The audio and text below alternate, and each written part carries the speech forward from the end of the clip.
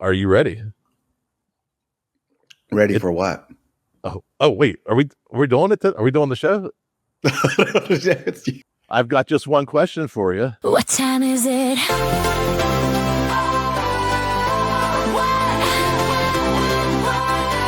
What time is it? Oh, it's time for Poduty and the news. Poduty and the news. The only live news podcast about podcasting from the stage. Poduty and the news. Poduty and the news. The only live news podcast about podcasting from the stage.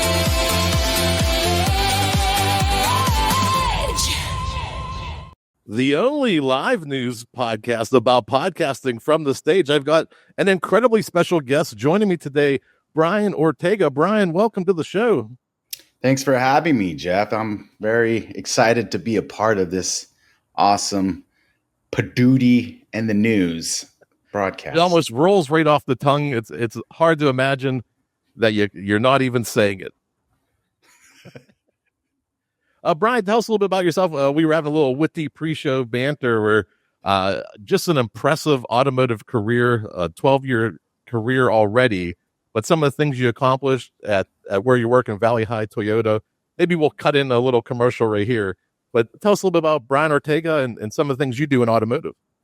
Hey, what's going on, guys? I'm Brian Ortega from California, home of the World Series champ Los Angeles Dodgers.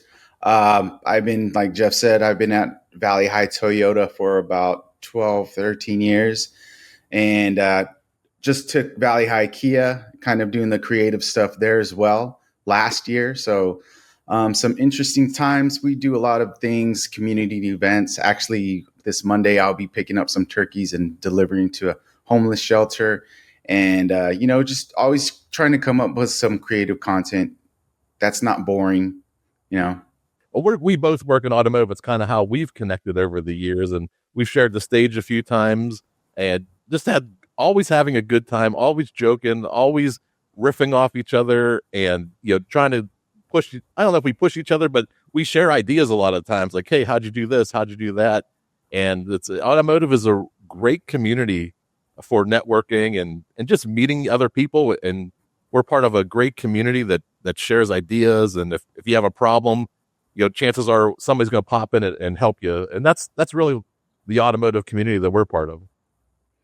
Yeah, it's really cool, and we have our, Nathaniel Greklich, who's, one of the big three like us within us. And then we are able to, we have a whole different community where we all, like you said, share ideas, come and banter, maybe push each other to strive even harder to produce some great stuff. So awesome. We've got some stories coming your way, and we started this podcast as a way to bring people together and talk about what's happening in the world of live podcasting. And Brian, with some of our stage experience, some of our speaking experiences, I think we got 6 great stories in here. I even snuck in one automotive one, but we started this podcast because these events are happening. They're happening all over the country, all over the world.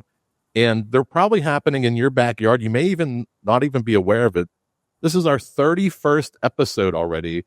And if I tell you we have 6 stories in every show, that's 180 stories about live podcasting that we've covered in the last, 4 or 5 months that we've been on the air here. And it's not growing. It's getting faster and faster. I have a backlog of stories that we can't even get to. I started publishing them where people were talking about the future of podcasting as live. And I'm just so proud to be a part of this, showcase this theater, what's possible, but not only show you what we're doing here in Pittsburgh, but show you that this is possible in your own backyard. There's bars and libraries and restaurants and small community centers that are looking for activities. And if you have a podcast or you have some sort of entertainment mindset, there's a place for you, I think, to perform wherever you're at. And now, without further ado, let me grab the clicker. Let's get into that first story. We got 3 amigos, $3,000, and 3 kids to Disney. Cork City's fan favorite show, the Other Three Amigos podcast, proved that live podcasting can move mountains, raising over 3,000 euros at their first ever live event and sending 3 sick kids to Disneyland parks. Held at Metropole Hotel before the FAI Cup final, the night brought supporters together for laughs, football talk, and pure community spirit. The charity's chairman said the donations will fully fund 3 kids' trips next year, and the podcasters say this is just the beginning of more charity collaborations. It's the perfect example of how passionate fan base plus an in-person experience can create a real measurable impact. And this is one of those stories that almost right out of our playbook. Like, we love live events. We think live events elevate podcast shows, but here's podcasters, these 3 amigos, that brought a community together to do something good for the community. They had a little fundraiser, and they were just able to have an amazing night, an experience that you can't get when you just download an MP3 file to listen to a podcast. You're able to, I think, experience this in real time and have this, community style event where you're doing good, you're giving back. What were some of your takeaways, Brian? Well, I'm just interested to see where they're from, calling themselves amigos, but it's not Mexico, that's for sure. And if it was in America, I don't know if 3,000 euros or maybe equals to maybe 4,000. If in California, that'd get them to Disneyland, but that's besides the point, right? Yeah, I think it gets 1 kid into Disney for $3,000. Exactly. But you know what? It just goes to show, when you put community together with a purpose, I mean, sky's the limit on what you can do. And if you can get buy-in from locals and just build a collaboration, I mean, it's just good because it's a win-win type of situation. Yeah, you get to get out of a house. Your money that you paid for the ticket gets to go towards something that's very important. That gives an experience to a kid that may not get that experience. And you're with people who also care about the community. You're part of an audience of charitable people who care about these causes. And you get to get out of your house, get off the doom scrolling, and sit with people in your neighborhood, in your community. It's just a great way, I think, to bring people together and to do something good. I really think this is going to be a model, to get people out there and for a purpose and to do great things. So kudos to them. It's a great idea. Awesome. Let's go to story number 2. If you host it, they will come and they'll bring friends. This comes to us from Frank Rassiopi on Medium. A massive roundup of live podcast success stories is putting one myth to rest. You don't need a giant audience to pack a room, just a great concept and the courage to try it. From the horror comedy show Another Effing Horror Podcast, selling out spooky weekend events, to SpeakFest, turning funeral museums into podcast playgrounds, to massive arena shows like Kill Tony and Dimension 20 dominating Madison Square Garden's calendar, live podcasting has officially gone mainstream. Even small indie shows are thriving at hotels, nightclubs, and conventions, proving that niche topics can attract superfans who become long-term listeners. With milestone tours, crossover events, and ticket prices climbing as high as $500, the message is clear. Live podcasting isn't just viable, it's one of the fastest ways to grow an audience in 2025. I'll let you take this one first, Brian. Wow. I watched that Kill Tony on Netflix, and for them to fill a stadium, with a bunch of people, it's huge, right? Because it's now like live Comic-Con, right? You're doing some things with a particular niche audience. I don't know what niche. That's niche. Where we're gonna go. I don't know. Niche. Yeah, but I think that's a great idea. I mean, it's a cultural shift, right? And we're kind of seeing that this is super normal. What's the other one with Jason Bateman and those guys? Smartless. Smartless, yeah, and they're traveling around, and you have everybody sitting in the audience and partaking in a podcast. It's crazy. Yeah, they did a tour. I think they even have a Hulu documentary about their first tour for Smartless, and we did a story a couple weeks ago. They're coming to the Hollywood Bowl, which I think is Yeah, I close saw to you. that. Yeah, I think I'm gonna go. I think I'm gonna attend that. That'd be great. And one of the things that we talk about here is when you see a podcast live, you get a whole nother perspective about that show. You get to see how they react to their fans, how they react in the moment, how they think about questions they're asked. You don't see any of that when you just listen to a podcast passively in the background or on your morning commute. You really get a whole new level of understanding and appreciation being in the room with them. You may listen to it and feel like you're in the room, but when you're actually in the room, it becomes so surreal. Like, I am sharing this moment with these people creating this one of a kind entertainment experience that'll never be recreated again. To be in a live podcast, they don't do that show next week. They do a whole new show. So you get to experience history. You get to experience one moment in time with that show. I think it just brings you closer to those hosts. Well, and the fact that, I mean, you were looking at the grand scale, but if we're going to talk about, like, yours is the perfect example. It's somewhere that's small, that's, cozy. And I mean, if they're taking nightclubs or coffee houses or something like that, and then you're bringing like-minded individuals in there to participate. Yeah. You're, like you said, it's totally different every single time. It's not like you're watching an actual event or something that's been staged. Like, whatever they're working on, it's in real time. Yeah, you get to see the art created in the moment, and even though my business model is similar to comedy clubs, a comedian is working on new material all the time and trying new things out, but they're going to refine an act over the course of many nights, and that act becomes more and more part of their show. Podcasting is in the same model where we have these clubs now, like the Poduty Podcast Theater. But when you see that show, like Brian said, it's only that moment. It's only that episode, and it's a different thing. Like, you're not going to see that again if you go follow them on the road to Cleveland or Baltimore. That's going to be a completely different show again. So the live podcasting is just such this unique art form that's really gaining traction mainstream. I mean, this might give me an idea to do something, because I've talked to management about doing something, because we're always talking sports and, we do the fantasy stuff, and why not do a podcast at the dealership? I mean, we got some space. We didn't have some cars for a while for the Toyota. If you guys know, but you got some space there, and we definitely do some type of podcast. I mean, we do our car giveaway, and actually I've done that before where we've invited some finalists to the dealership, and this was years ago, but in the similar vein, there could be something done like this. Definitely. Yeah, you bring in Otani and his translator, and you talk about sports betting. There it is.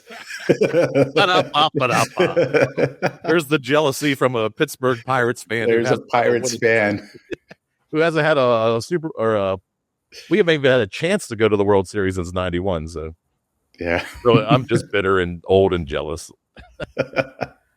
So let's see if this next story gets us in a little bit of trouble. We're going to Life After Cars. Starts with a live show. The hit podcast, The War on Cars, took its message on the road, ironically, to San Diego last Sunday for a live show at the Adams Avenue Theater, celebrating the release of their new book, Life After Cars, hosted by Bike San Diego and the Bicycle Coalition of San Diego County. The event doubles as a fundraiser to support safer, more accessible, car-free, and car-light transportation in the city. With a 5 p.m. bar opening and a room full of urbanists, bike advocates, and city planning fans, it's poised to be both a community meetup and a rally for rethinking how cities move. All proceeds go towards making San Diego a better place to travel without four wheels. Now, this one's a little ironic. Isn't it, right? Let's drive to San Diego and talk about not driving. So, yeah. Yeah. It's I mean, not lost obviously, on me. Brian and I have a little bit of a skewed perspective of, being car centric, but that's just also the layout of America. It is a car centric place. On the flip side, we talk about getting out of your house, getting off the phone, and coming to events like this at the podcast theater, or going to see a comedian or a music act, and doing things that aren't always car related. And I think in this case, having a safer space for even kids to ride bikes, especially with the rise of e-bikes. E-bikes are getting out of control. Kids are getting injured and riding them in ways that they shouldn't. But I don't think it's out of the realm for a community to have a conversation about how can we do activities in a safer place, in a safer manner? How can we coexist with cars and still be able to, ride our bike down the street to the grocery store? How do we do that in a safer manner? I think it's a fair conversation to have. Oh, especially in San Diego. Yeah. I mean, it's probably one of the most beautiful places in the U.S. is San Diego. But yeah, definitely. So it's interesting, right? Because you have this event where you're launching a book, and then they're partaking in some libations, and all the proceeds are going towards that. So another one of those things where it's just not about building a brand. It's like an engine, right? Like it's driving other things, where one week it's a bike, and the next it's maybe some community activity, and then you're releasing a book, and so it can definitely spread out from there. Yeah, we've seen this a couple times in the last couple weeks, where if you are releasing another product, in this case it's a book, a lot of times you would go on morning radio or morning television shows and get interviewed about your book. But what we're starting to see is the writers and authors of these books, they're starting to create immersive events. And this one is because they have a podcast as well, The War on Cars. They're going around and setting up live event nights where they're going to record their podcast, and it's coinciding with the launch of their book. So this live event is also a way to promote and get their book in front of people. Yeah, and if you're teaming up with local organizations or other businesses, I mean, it's just a great model.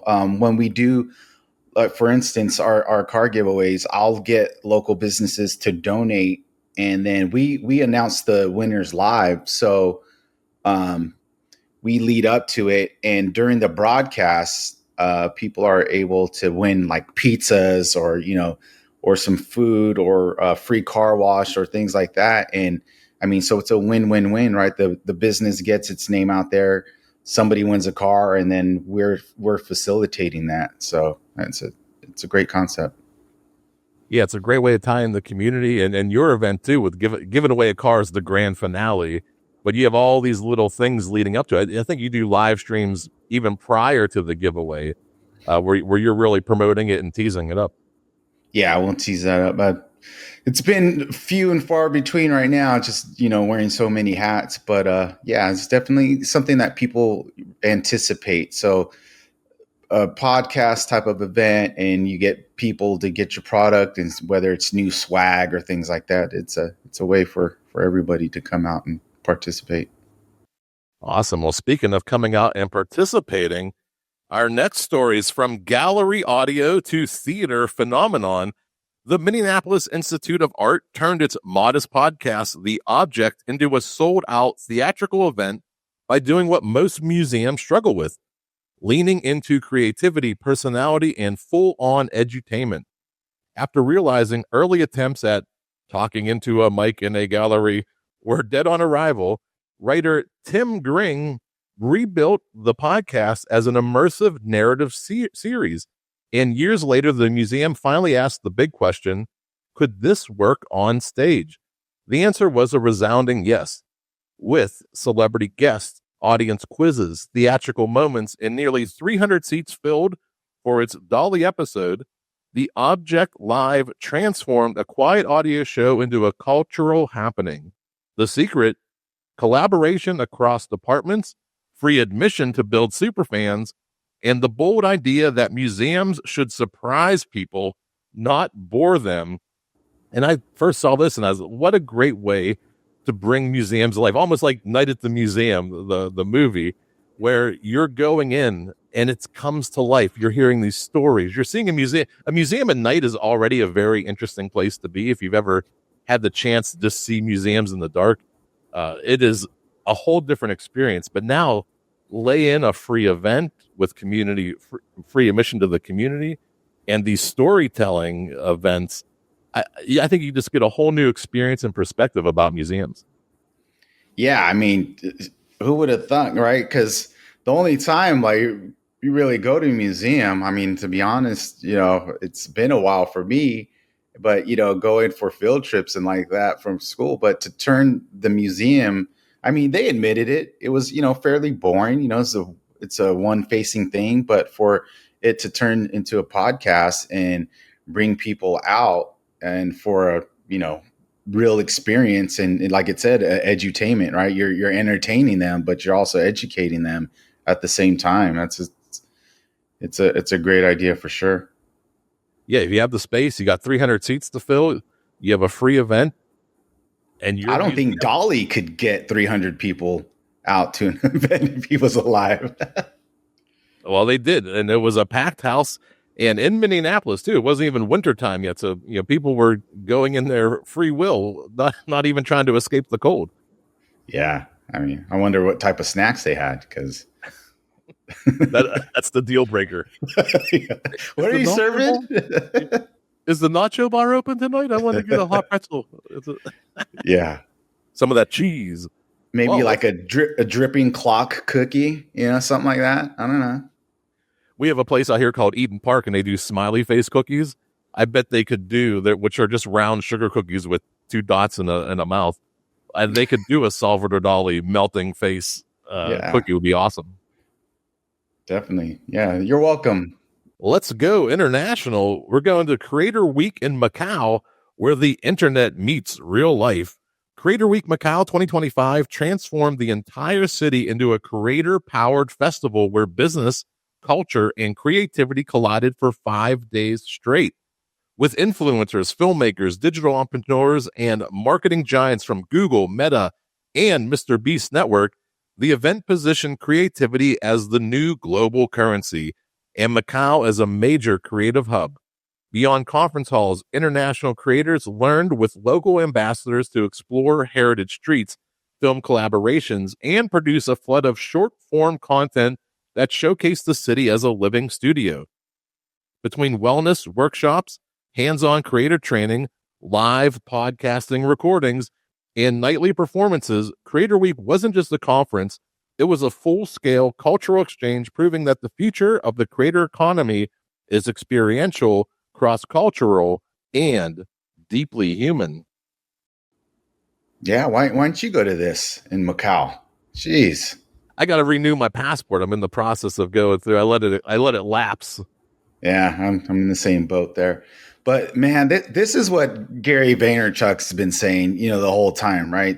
That creators are the currency, and the fact that a whole basic country the city turned it into Creator Week. I mean, just imagine how much content is coming out of there, and the relationships that are being built, especially, you got Meta and who else was there?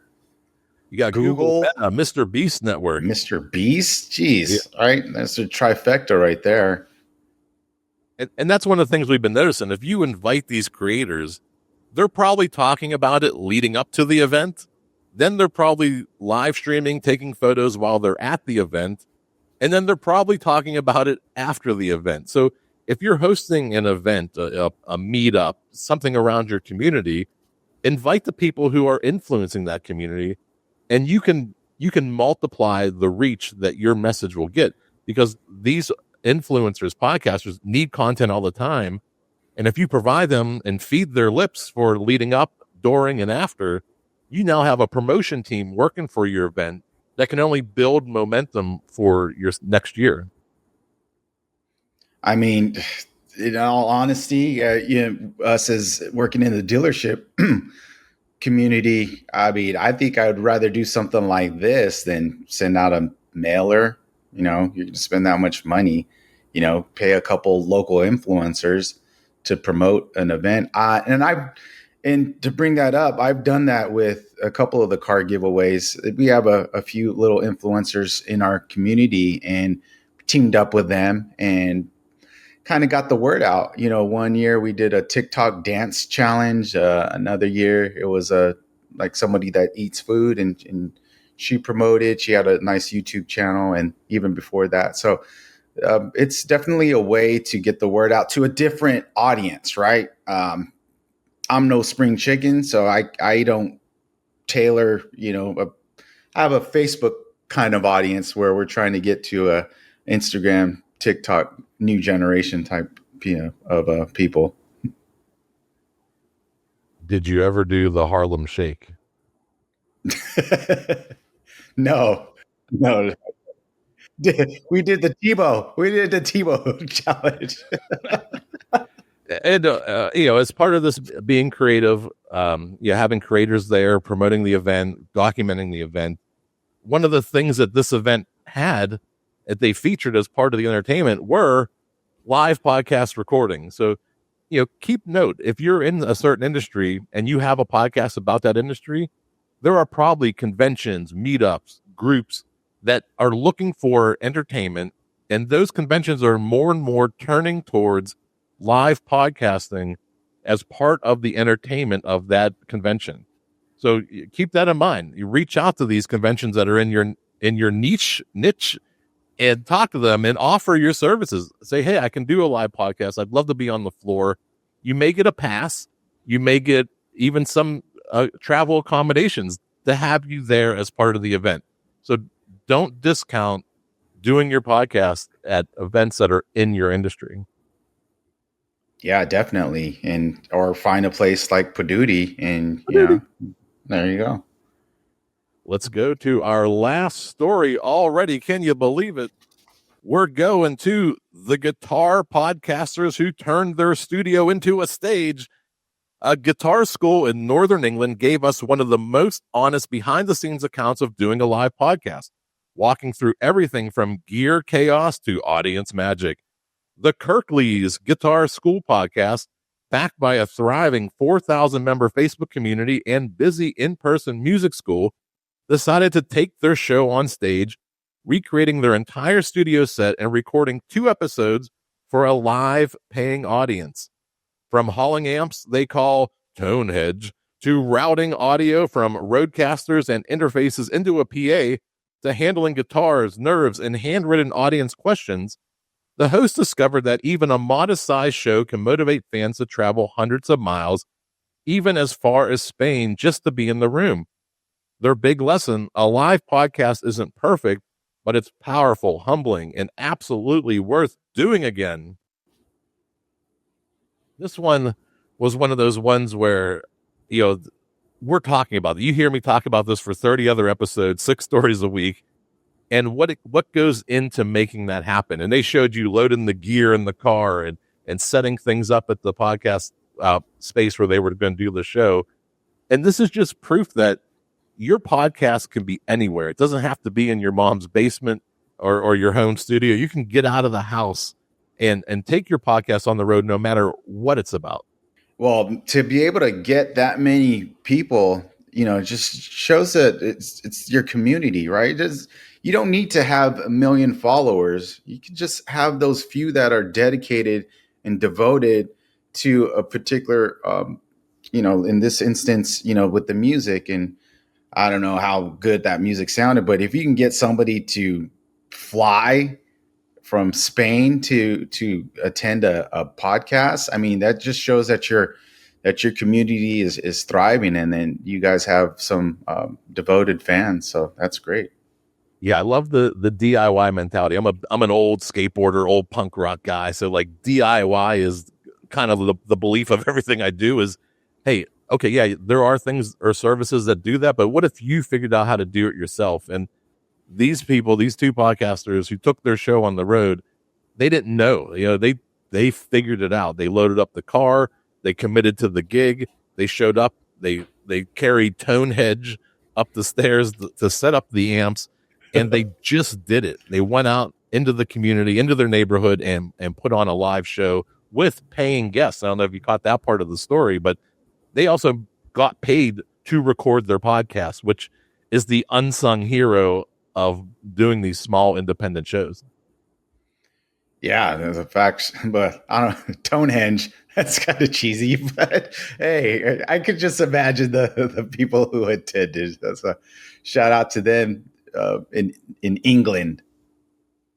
Awesome. Serving tea and crumpets and whatnot. So, well, Brian Ortega creating international incidents, which means it's time for the plugs. Brian Ortega, tell us where people can connect with you, meet up, and book you for their stage. Oh, wow. Yeah, I'm very active on LinkedIn. I post a lot of the content that we create at the dealership throughout the years. And it just goes to show, you can make some evergreen stuff, something that lasts, and then you can find new audiences. So definitely, or you can go to brianjortega.com. I post a lot of the things that we have there into one area. So definitely go there. There's a way that you can, book me on there as well. So keep in contact. We will do that. I'll have Brian's links in the show notes, along with all the links to all the stories we talked about. It's important, if you want to see the sources that we're using, go click those links, support those people who are writing the articles. We're just kind of aggregating them to really showcase their talents, their podcasting talents, and to get a show for people who are interested in live podcasting, which means hold tight. We're going to my plugs. I've got Poduty shirts, 4 colors, 5 sizes, $10. Just want to get them out there. I love seeing it. If I run into somebody in the community wearing a Poduty shirt, it puts the biggest smile on my head, on my face. We got arriving today, Poduty hats. New hats are arriving today. They got the do guests get someone to scare over here? Guests will receive a little gift pack. And also check out news.poduty.com, because Brian now is part of Poduty and the crew. There is a landing page of all the past guests with their links and their social media profiles and a short description that I try to make relevant. We've got some upcoming shows. We've got the Learn to Podcast class, December 6th, $25. It's a 3-hour immersive, very basic, very introduction to podcast. I will teach you everything you've ever wanted to know about podcasting, but maybe you didn't even know what to ask. Like, how do I record? How do I get an MP3 file? How do I distribute an MP3 file? We go all the way down to the very basics. And by the end of the 3 hours, you should have the confidence to hit record on your first episode. And following that, you can still hang out with me. I buy dinner and drinks for everybody. The Pittsburgh Podcast Meetup, December 6th, starts at 6 p.m. in person. There's a live stream at 7. It's free for everybody. We're just trying to connect and network with podcasters to bring you to the stage. We want to get you on this stage doing your show. It's totally free, and you get a belly full of carbs. We've got the Black Friday Comedy Showcase with Davin Magwood. We've got 5 comedians taking the stage for the first time ever the night after Thanksgiving. It's a blast. $10 tickets, $5 BYOB. We've got the Tarentum Holiday Spectacular. I'm doing a 2-night live stream. Every 10 minutes, we're putting a new local business up on stage. We'll give you their URL, how to support them, what they sell. We'll show pictures. We'll bring up their goods. You'll be able to support Tarentum businesses for 2 nights so they can finish 2025 stronger than ever. We've got the Jingle Bell Jam Talent Show. This is just announced December 20th from 6 to 8. This is a fundraiser for the Need Cafe. It's one of these cafes that's pay what you can. If you can't afford a meal, they will provide a meal in exchange for some sort of service. If you do, and you're welcome to volunteer. They feed the volunteers as well. It's a tremendous cafe. I believe it's founded by Bon Jovi. I have to go into the history, but you can come in if you'd like to participate. We're just asking for canned goods that'll go to the food bank. The ticket sales will go to the Need Cafe. So if you do buy a ticket, feel free to bring in canned goods as well. We will donate all that to the food bank and to the Need Cafe. We've got the audio fiction primer. If you're interested in doing a podcast, but maybe not what I do here with Brian on stage, you can do storytelling podcasts. A lot of people in Hollywood are doing this type of format where they're, instead of spending all the money or shopping around a script. They're just creating the script as this audio. I'm thinking of the wrong word, but they're using audio podcasting as a way to proof of concept to show that this is what this show can be. Well, Jessica Sutton is going to teach us all about audio fiction podcasts, storytelling podcasts, and how to bring that to life, how to bring your story to life in a podcast format. That's in December, right after Christmas, the Saturday after Christmas. We've got the Humorous podcast coming in March. They're coming down from Connecticut or New Haven, somewhere up in there, and they're going to do a live podcast on the stage. We'll have that in 2026. And that's it for me and Poduty in the News. Brian, thank you so much for joining us and the witty banter pre-show. Thanks, Jeff. Man, kudos to you, man. You're living your dream, and I'm so proud of you. So thank you for having me on, man. Well, thank you. Thank you. That means I just have one more question for you. What time is it?